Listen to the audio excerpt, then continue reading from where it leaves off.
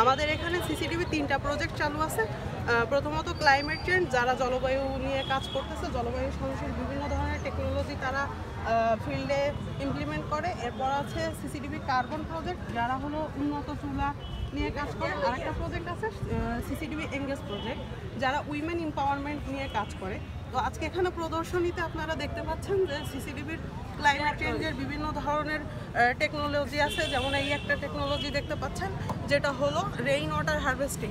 এটার মাধ্যমে বৃষ্টির মৌসুমে আমরা পানি সংরক্ষণ করে থাকি। যখন এই অঞ্চলে আর কি বৃষ্টি পরবর্তী সময় যখন পানি থাকে না, বিশেষ করে শীত মৌসুমের পরবর্তী সময় পানির সংকট দেখা যায়, তখন এই সংরক্ষিত পানিটা তারা ব্যবহার করতে পারে।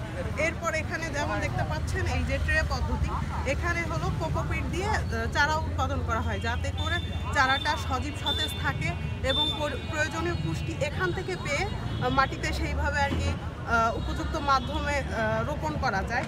এরপর আমাদের ফিল্ড থেকে আর কি যারা চাষি আছে তারা হলো সূর্যমুখী উৎপাদন করে, সেখানের এই তেলটা আর কি আমরা এখানে আনছি আজকে। এরপরে আসছি এইখানে দেখতে পাচ্ছেন ঝুলন্ত পদ্ধতি। ঝুলন্ত পদ্ধতিটা মেইন হলো যে এই অঞ্চলে বিভিন্ন সময়ে ঝড়, সাইক্লোন বা জোয়ারের পানি চলে আসে যারা নদীর তীরবর্তী আছে। তো এরকম একটা পদ্ধতি থাকলে হয় কি, যখন পানি বেশি আসে তখন এইটা আর কি মুভ করানো যায়। যেমন আবার উঁচুতে থাকার কারণে কিন্তু পানিটা এতে সহজে টাচ করতে পারতেছে না। তো মাঠের ফসল নষ্ট হয়ে গেলে এখানকার ফসলগুলো তারা খাওয়ার কাজে ব্যবহার করতে পারে। এরপরে দেখতে পাচ্ছেন সিঁড়ি পদ্ধতি। এখানে হলো সিঁড়ি পদ্ধতি ব্যবহার করা হয়েছে। এখানে যেমন অনেকের কম জমিতে তারা চাষাবাদ করতে পারবে সিঁড়ি পদ্ধতি ব্যবহার করে, যাদের জায়গা কম তারা এই পদ্ধতিটা ব্যবহার করে চাষাবাদ করতে পারবে।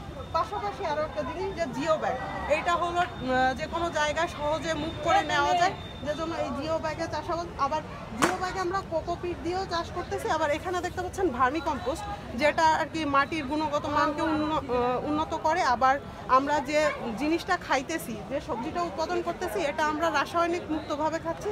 তো এখানে এই কেঁচো কম্পোস্ট প্লাস কোকোপিট দিয়ে আমরা এই সবজিগুলো উৎপাদন করতে পারতেছি, যে কারণে আর কি আমরা বিষমুক্ত সবজি যেটা সেটা একদিকে খাইতে পারতেছি। আবার বিভিন্ন ধরনের প্রাকৃতিক দুর্যোগের হাত থেকেও আমরা এই পদ্ধতিটা ব্যবহার করে আমরা যে কোনো জায়গায় ঝড় যখন আসে বা জলোচ্ছ্বাস যখন হয়, তখন এগুলো সহজে মুভ করে অন্য জায়গায় আমরা রাখতে পারি সাময়িক আর কি সংকট মোকাবেলার জন্য।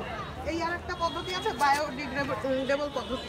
এই পদ্ধতিটা করার মূল কারণ হচ্ছে যে আমরা রেগুলারলি ধরেন এখানে বিভিন্ন ধরনের মাটি আছে, মাটির সমস্যার নিরসনের জন্য এই পদ্ধতিটা ব্যবহার করার ফলে এতে পানি সবসময় দেওয়া লাগে না। একটা নির্দিষ্ট টাইমে পানি দেওয়ার পরে এইখানে যে পানিটা থাকে, এই পদ্ধতিটা ব্যবহার করার ফলে যে রেগুলার পানি দেওয়া লাগতেছে না, ও মাটি থেকেই পানি শোষণ করতেছে, যে সূর্যের তাপটা সরাসরি তো ওখানে করতেছে না।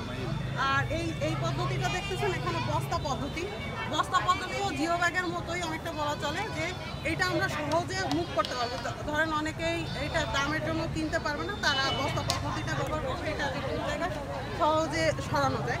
আর এই একটা পদ্ধতি আছে, এটা হলো বলতে পারেন যে সহজলভ্য বা সংক্ষেপে করার জন্য এই পদ্ধতিটাও অনেকে ব্যবহার করে থাকে। ধন্যবাদ।